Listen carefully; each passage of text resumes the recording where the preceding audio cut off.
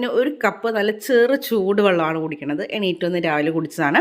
അത് കഴിഞ്ഞ് 1 മണിക്കൂറൊക്കെ കഴിഞ്ഞിട്ട് രാവിലത്തെ നമ്മൾ ബ്രേക്ക്ഫാസ്റ്റിനൊക്കെ മുമ്പായിട്ട് കഴിക്കുന്നത് ഞാനിപ്പോൾ 3 നെല്ലിക്ക എടുത്തിട്ടുണ്ട്, ഒരു ചെറുനാരങ്ങ എടുത്തിട്ടുണ്ട്, ഒരു കുഞ്ഞ് കഷ്ണം ഇഞ്ചി, കുക്കുംബർ. ഇത്രയും വലിയ കുക്കുംബറൊന്നും എടുക്കുന്നില്ല, അത് കുറച്ച് ഭാഗം മാത്രമേ എടുക്കുന്നുള്ളൂ കേട്ടോ.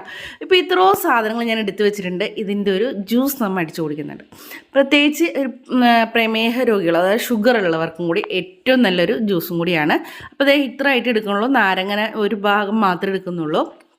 ഇതെല്ലാം കൂടി മിക്സ് ചെയ്ത് അടിച്ച് നന്നായിട്ട് എടുക്കാം. അതിനായിട്ടൊരു 1/2 ഗ്ലാസ് വെള്ളം ഞാൻ എടുക്കുന്നുണ്ട്.